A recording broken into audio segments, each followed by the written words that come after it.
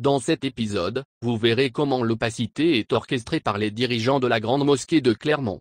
C'est un véritable parcours du combattant pour les fidèles qui réclament la transparence. Des fidèles qui doivent affronter les manipulations, mais aussi les injures. جات بزوز تقول لك حسبونا تشكر العقبه والله راه مازلنا هذا هو التعلم التوضا. Nous ne méprisons personne. ولات الناس تنباع في الاسواق انتوما اللي خنستوها كحلتوها مع سيدي ربي والنبي لا البارح كنتو تقمروا وتشربوا وتزنوا. Un consternant mélange des genres entre religion et comptabilité. Ces injures ont été proférées par Karim Djermani, secrétaire général et imam autoproclamé de la Grande Mosquée de Clermont. Dans ce sermon du vendredi 14 juin 2013, dans une mosquée pleine, Karim Djermani s'en prend violemment aux fidèles qui osent mettre en doute sa gestion. Il profite de la tribune de la mosquée pour régler ses comptes. واحد يدير لنا التليفون انونيم يقول لك علاه ما درتوناش ليكرا وديروا لنا الحساب تاع الجامعه في ليكرا اذا جابتك امك وراك في حل جيب الدراهم تاع ليكرا وغدوه يتركب غدوه يتركب avec compte certifié par expert comptable. Contrairement à ces allégations, l'association n'a pas d'expert comptable. Pas avant 2015. Voici la toute première facture. Elle est datée du 8 octobre 2015. Avant cela, c'était de l'amateurisme. Fin 2013, la justice ordonne une expertise pour faire la lumière sur la gestion de la Grande Mosquée de Clermont. Voici ce que constate l'expert judiciaire. La comptabilité est tenue gratuitement par M. Raymond P. Karim Djermani a chargé cette personne inconnue des membres, de présenter le rapport financier lors de l'Assemblée générale du 20 avril 2013. C'était sans compter sur l'innocence d'un fidèle, qui s'est permis de saluer cette discrétion. Je tiens aussi à remercier le frère comptable très discret. Alhamdoulilah, on a tous pu participer à la construction de la mosquée depuis le début. On ne vous a jamais vu. C'est vous êtes vraiment très discret. On est content, très heureux de vous avoir comme comptable. Ironie du sort, les dirigeants de la mosquée ont fini par brandir cet amateurisme comme une circonstance atténuante pour les irrégularités relevées, par la voix de leur avocat. Pour mémoire, la comptabilité était tenue au mieux de l'état des connaissances comptables des bénévoles qui l'assuraient. Ce n'est que sous la pression de l'expertise judiciaire que Karim Djermani a été contraint d'avoir recours à un expert comptable. Un simple formalisme, qui n'a rien changé à la tradition d'opacité. C'est un sujet embarrassant pour les dirigeants. Lors de la houleuse assemblée générale du 23 mai 2017, l'expert comptable a botté en touche. Depuis quand vous êtes comptable de la mosquée? Je veux une réponse, une réponse. Je n'en sais rien, je ne vais pas noter le jour, la date, le machin. À 2-3 ans près. Non, mais ça n'a aucune 2015, 2016, 2014. Comment vous ne savez pas, monsieur? Comment vous ne savez pas? Vous êtes comptable, vous ne savez pas quand est-ce que vous êtes comptable? Un malencontreux trou de mémoire sur une date importante. Curieux, pour un professionnel qui manie des chiffres à longueur de journée. Devant l'huissier, Karim Djermani joue la carte de la transparence. Nous avons invité M. pour qu'il puisse nous donner des éléments du bilan, avec bien évidemment cette invitation de sa part pour quiconque du Conseil de l'Assemblée souhaite consulter en profondeur le compte. Il est tout à fait prêt sous réserve de rendez-vous. Qu'à cela ne tienne. Nous avons demandé un rendez-vous en bonne et due forme. En avril 2018, soit près d'un an après, nous n'avons toujours pas reçu de réponse. Et je lui ai envoyé une lettre recommandée, j'ai même pas de réponse. Ah, c'est par lettre recommandée, d'accord. Ouais. Et j'ai même pas de réponse alors que j'ai l'accusé. Oui, donc il a bien dû la recevoir. Donc c'était pour voir les bilans de la Grande Mosquée, c'est ça? C'est ça. Ok. Je vais noter votre numéro. Et comme les dirigeants n'ont pas jugé nécessaire de tenir des assemblées générales en 2014, 2015 et 2016, ce qui est totalement illégal, nous n'avons toujours pas les bilans pour les années 2013 à 2016. On n'a pas le bilan de 2013, 2014, 2015, 2016. L'affectation des fonds a toujours été à la discrétion de Karim Djermani. L'expert judiciaire déplore. Les procès-verbaux d'assemblée générale ne comportent aucune résolution sur l'affectation du résultat. Karim Djermani n'a jamais cherché la transparence et la conciliation. Avec une arrogance insolente, il a préféré jouer le tout pour le tout, en tentant un coup de poker. سيدي عندك اللي راه صرف دراهم صح اللي عنده اي دليل يمشي الحكومه اي سيدي امام الله يمشي الحكومه هذه اموال المسلمين يرفض الدعوه من حقه ما عندوش دليل هذا عمر. Un coup de poker perdant, puisque l'information judiciaire a débouché sur sa mise en examen pour faux et usage de faux, et abus de confiance. Karim Djermani est soupçonné d'avoir falsifié des documents comptables. Avec en prime, cette stupéfiante leçon de morale qu'il donna aux fidèles. ما تدخلوش في اليهود ربي بعثهم انبياء وصالحين واولياء وما يتهموهم بالزنا يتهموهم بالسرقه يتهموهم بالكذب. Attention, les amalgames ne peuvent être que dangereux. Autre élément non négligeable pour ces incidences comptables et fiscales, l'association avait perdu son caractère cultuel entre janvier 2010 et fin 2013, soit quasiment 4 années durant. Les associations cultuelles sont soumises à certaines procédures comptables et bénéficient en retour d'avantages fiscaux. C'est fortuitement que les fidèles ont appris cette anomalie. Car Karim Djermani avait non seulement passé sous silence cette bévue, mais continuait en plus d'entretenir le mensonge, comme lors de l'Assemblée générale du 20 avril 2013. Depuis 1998, la comptabilité dont vous parlez est déposée auprès de la préfecture, puisque nous avons le statut d'association cultuelle. Les associations cultuelles, elles sont soumises à un contrôle. En échange, nous avons quelques facilités d'ordre fiscal. Et ce n'est pas faute d'en avoir été informé. Quelques jours plus tôt, la préfecture lui a adressé ce courrier, daté du 15 avril. Le caractère cultuel de l'association cultuelle de la Grande Mosquée de Clermont et d'Auvergne n'est plus reconnu depuis le 31 décembre 2009, comme il vous l'a déjà été indiqué à plusieurs reprises par mes services.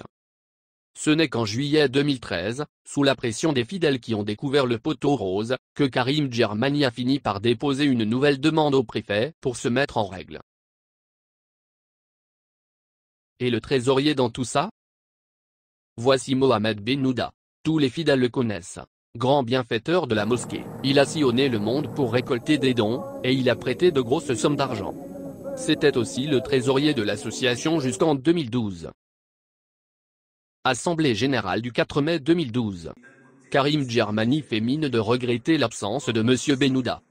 Pour ce qui est du bilan financier, je pensais que le frère Benouda allait me soulager. La mise en scène est bien travaillée, en présence de l'huissier. Car même s'il avait pu être présent, il aurait été un simple figurant, au même titre que les autres membres. En effet, dans toute association, c'est le trésorier qui est censé préparer et présenter le rapport financier. Sauf, à la Grande Mosquée de Clermont. On n'a jamais vu un trésorier prendre la parole en assemblée générale. Bon, il a plus que des circonstances atténuantes, donc je vais vous lire la synthèse qu'il a bien voulu me transmettre. Des circonstances atténuantes. Karim Djermani ne croit pas si bien dire. Car les comptes de l'association, M. Benouda n'en a jamais vu la couleur. Voici l'attestation qu'il a rédigée. Pendant la période où j'étais trésorier au sein de l'Institut musulman d'Auvergne, de la Grande Mosquée, ou de je ne sais quoi d'autre, je n'ai jamais procédé à des opérations comptables ou établir des bilans avec ou sans comptable, signer des chèques, ou détenir un ou des carnets de chèques. Mon rôle en tant que trésorier était de déposer l'argent ou les chèques à la banque, provenant des quêtes ou dons.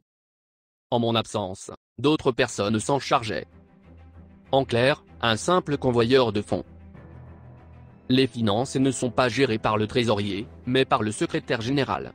Le poste de trésorier semble être honorifique, une simple formalité exigée par la loi. Tout cela concerne uniquement l'association. Mais ce n'est peut-être que la face émergée de l'iceberg. Car la mosquée, c'est non seulement l'association, mais aussi la SCI Kautar. La SCI Kautar est possédée à 93% par l'association de la mosquée, et à 7% par l'Institut musulman d'Auvergne. Or Karim Djermani est secrétaire général de l'association. Il est aussi président de l'Institut musulman d'Auvergne. Et il est le gérant de la SCI Kautar. Il transfère les fonds entre les deux structures dans une opacité totale.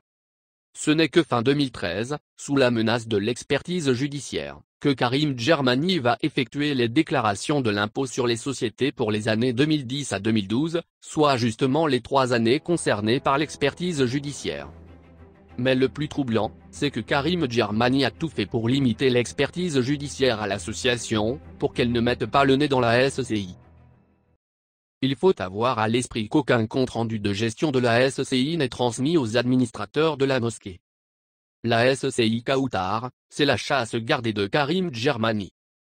Mohamed Messoussa, administrateur de la mosquée, qui est à l'origine de l'expertise judiciaire, avait demandé que les investigations se portent également sur la SCI. Le raisonnement est simple, étant donné que la SCI appartient à la mosquée, et que quasiment tout l'argent des fidèles y est transféré. La moindre des choses, c'est que les membres de l'association aient accès au compte de cette société.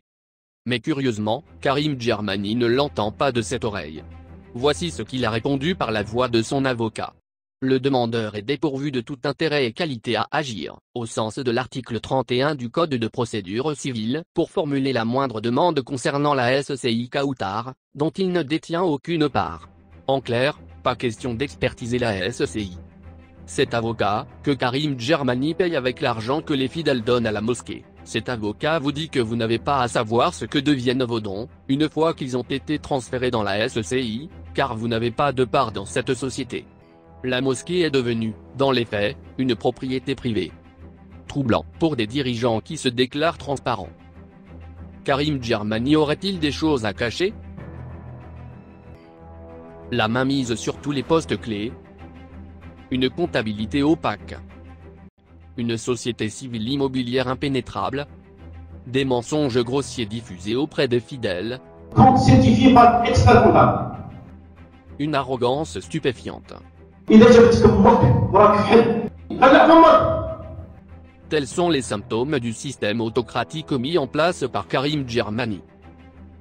Les enquêteurs n'ont toujours pas accès au compte bancaire de la SCI Kautar. Impossible de savoir combien a coûté réellement la construction de la mosquée. Karim Djermani avance le chiffre de 1 200 000 €, payé par la SCI, grâce aux dons des fidèles.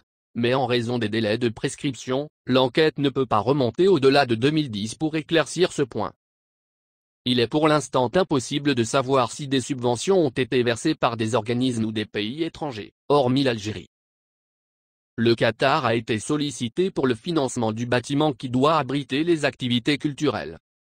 L'Institut musulman d'Auvergne a-t-il bénéficié d'une aide financière, suite à la visite de l'ambassadeur du Qatar en 2011 ?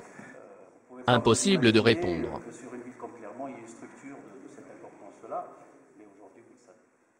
Nous lançons un appel à tous les membres titulaires de la mosquée. Vous devez reprendre en main la gestion de l'association, et choisir un nouveau secrétaire général qui soit au service de l'intérêt général, honnête et modeste, respectueux des fidèles, avec un mandat limité dans le temps et les missions, et qui ne cumule pas les fonctions. Karim Djermani doit être cantonné à ce qu'il sait faire, c'est-à-dire s'occuper des visites guidées de la mosquée, et servir le thé aux visiteurs. La gestion financière ainsi que l'imama doivent lui être retirés. Pour le volet religieux, les imams envoyés par la Grande Mosquée de Paris feront très bien l'affaire. L'autre priorité concerne la SCI Kautar, dont la raison d'être était la construction de la mosquée. Vu l'opacité de sa gestion, et vu que la seconde phase des travaux n'est pas à l'ordre du jour, vous devez exiger sa dissolution et récupérer les fonds déposés sur son compte bancaire. Nous lançons un appel solennel au nouveau président, pour qu'il rompe avec ces pratiques autocratiques indignes d'une mosquée. Et qu'il remplisse pleinement son rôle de président, en convoquant une assemblée de médiation pour entendre les revendications des fidèles, et trouver une issue dans l'intérêt de la communauté musulmane d'Auvergne. Nous rendons hommage à Monsieur Omran, bienfaiteur égyptien, qui a offert à la mosquée le mimbar, le mihrab, et les lustres, ainsi que plusieurs centaines de milliers d'euros. Il nous a quittés en avril 2018. Faites-lui profiter de vos prières. Comme de nombreux bénévoles, il a servi la mosquée, tandis que d'autres se servent de la mosquée. En sa mémoire, continuons ce combat, pour restituer à cette mosquée sa vocation naturelle, une mosquée pour Dieu.